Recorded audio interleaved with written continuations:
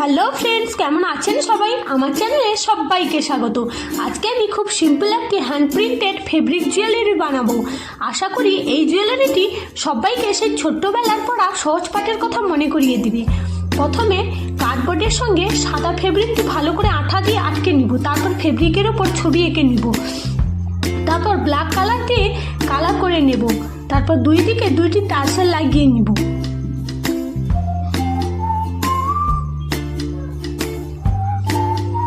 টার্সেলে কালো এবং সাদা রঙের কটন বল লাগিয়ে নেব।